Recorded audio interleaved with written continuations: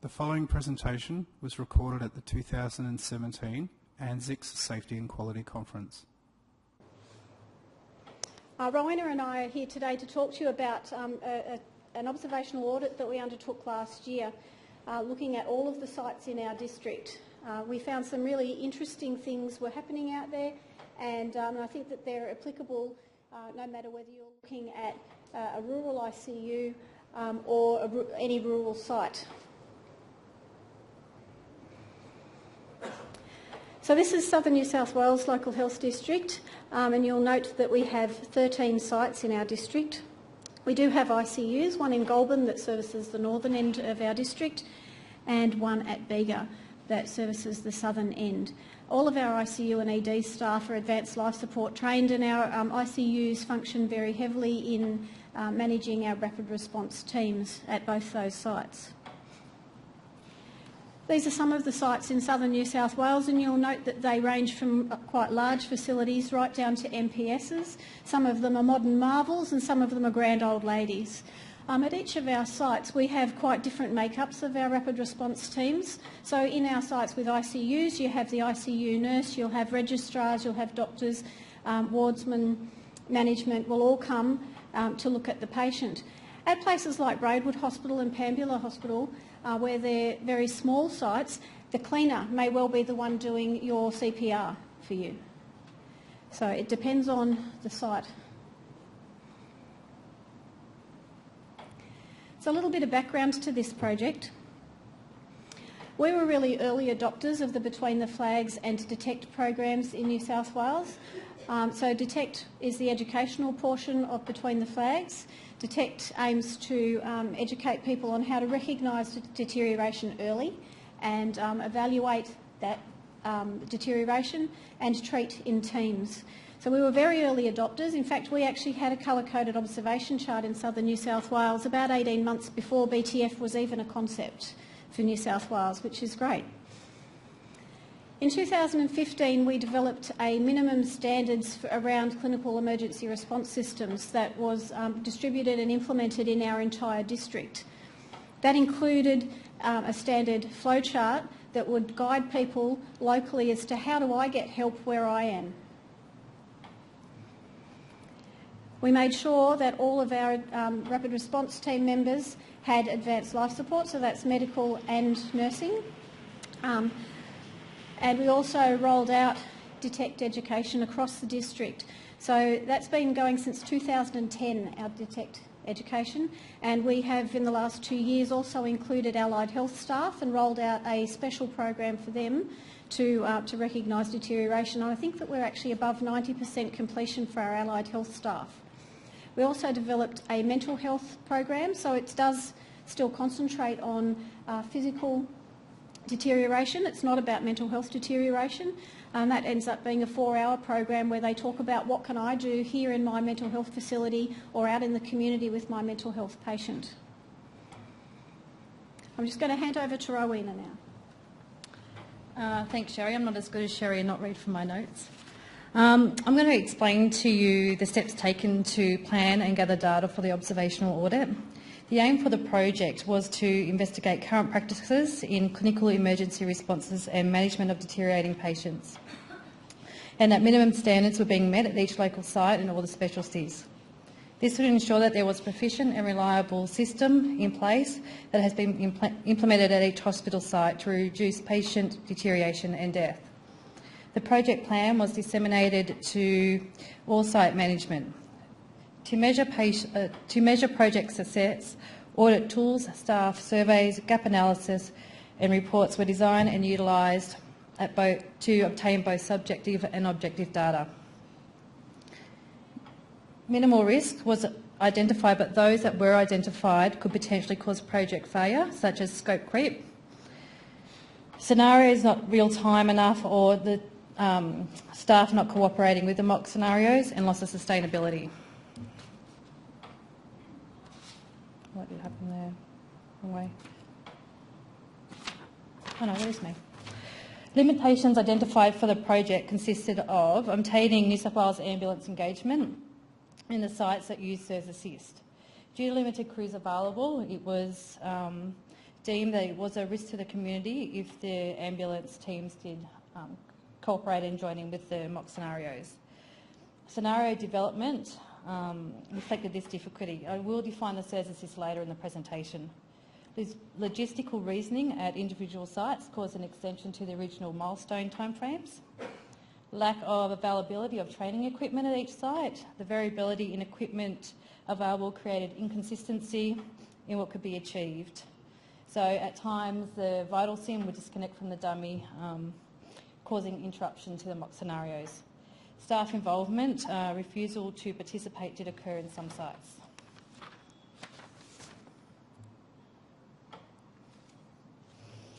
All sites were audited in the same manner to achieve consistent and reliable data. To gather mock data, mock scenarios were constructed that were aligned with the hospital acuity and ward area. For example, your regional or base hospitals with critical care areas received a ST elevation myocardial infarction. Your medium-sized sites received a perrectal hemorrhage, and your smaller sites, such as your multi-purpose centres, received hypoglycemic patient. All the scenarios continued to a cardiac arrest if the patients were not swiftly assessed and treated. Areas that were audited during the mock scenarios were all levels of the SIRS response, outlined in the policy clinical emergency response systems for minimum standards, including escalation pathways, visibility of the escalation pathway on each ward, and safety issues. Use of the Detect A to G assessments in ISBAR, so your handovers, was it followed? Were there templates? Did all the staff use the ISBAR handover format? Your advanced life-saving, so your role allocation, your use of algorithms and drugs, your equipment, how was it used, was it faulty, and the scope of practice of the clinician actually using the equipment. So your SIRS Assist. For those that are unsure what a SIRS Assist is, it's a service that's been in place since 2010, which was implemented by New South Wales Ambulance and Southern New South Wales LHD, where multi-purpose centres can contact New South Wales Ambulance and activate a SIRS Assist. This is where a New South Wales Ambulance crew is available to come and help the clinicians in any clinical emergency. So for those multi-purpose centres which have your SIRS Assist, we audited how the SIRS Assist was activated, the handover that the nurses gave the New South Wales Ambulance, the escalation pathways of SIRS Assist could not be achieved.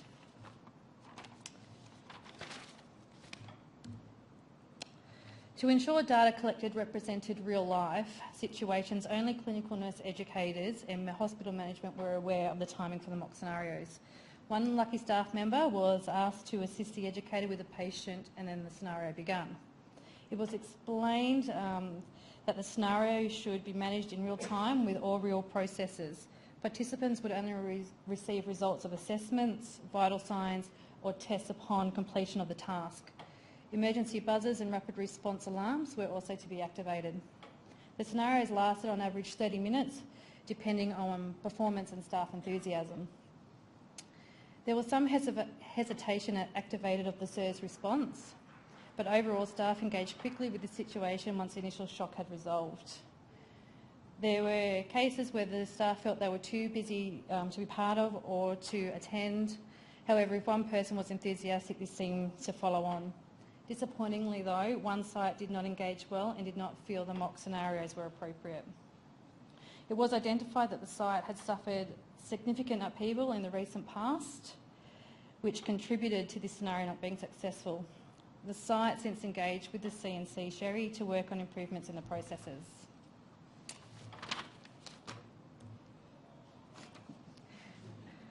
A debrief at conclusion of the scenario, I love that one, was conducted to discuss the pros and cons of what had occurred, how the staff felt, any current issues and any safety issues.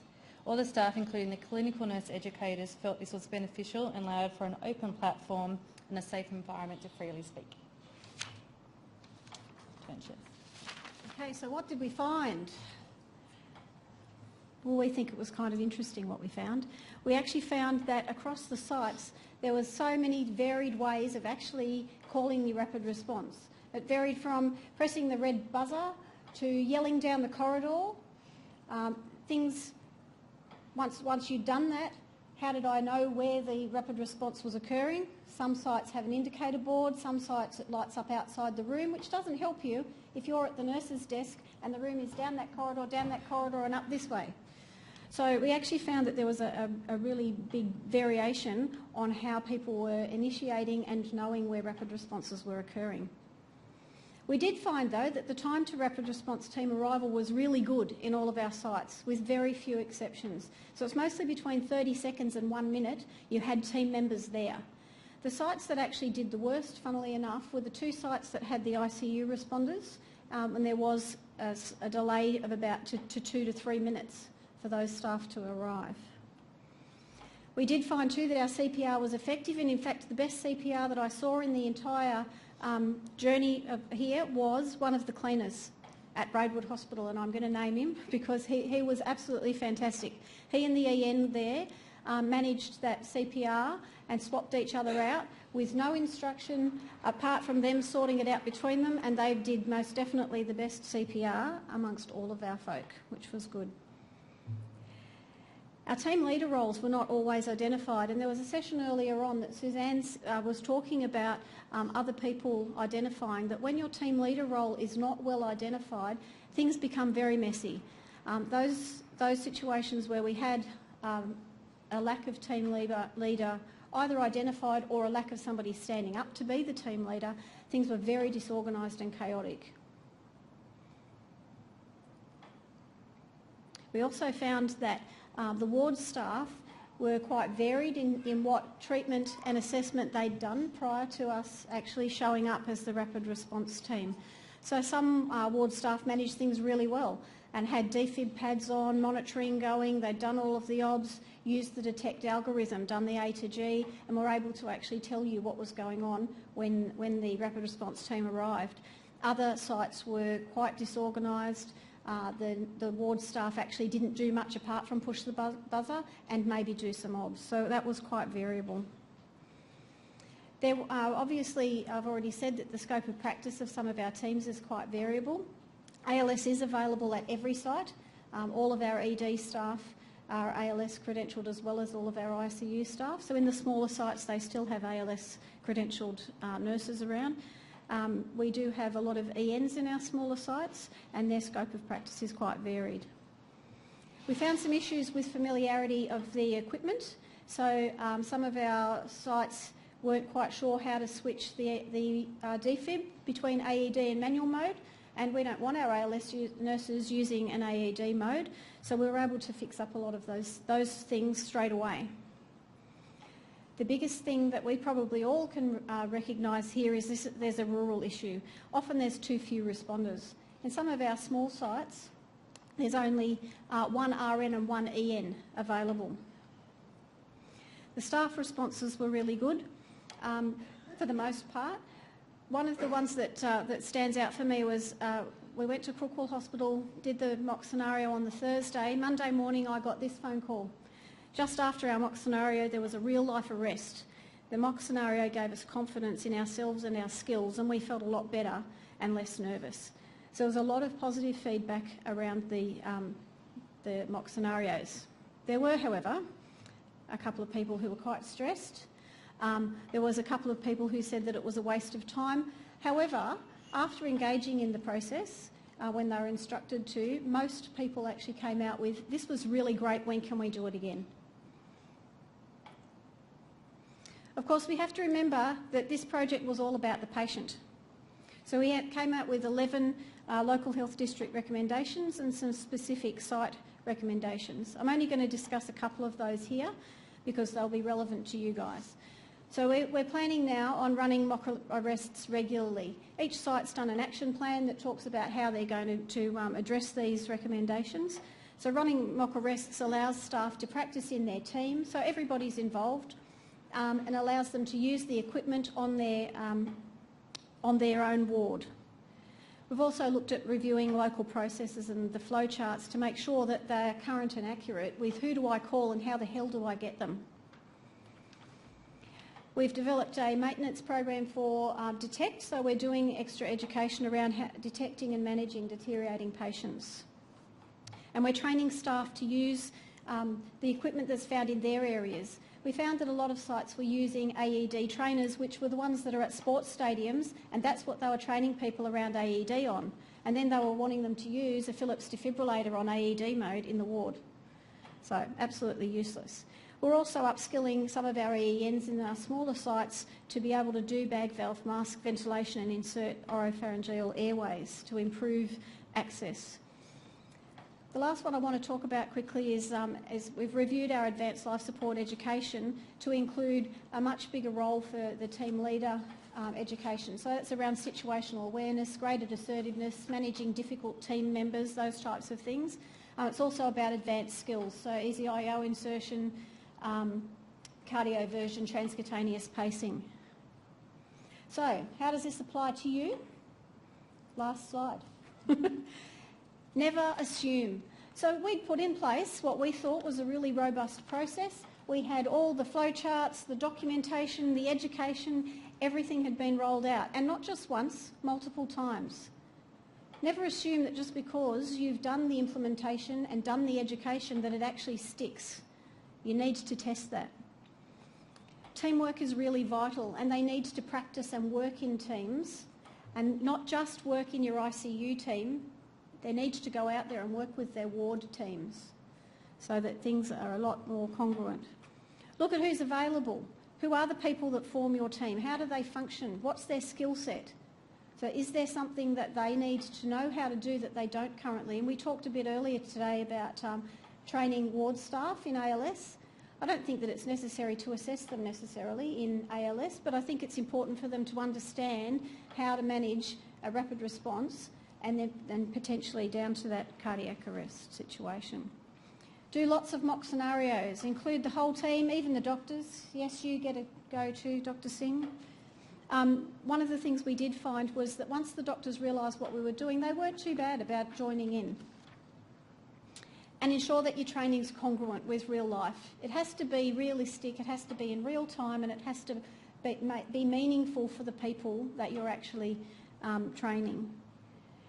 So going forward, we're doing another evaluation in September and October, and we're also doing a staff survey around how come people don't call rapid responses when they're required. Thank you very much.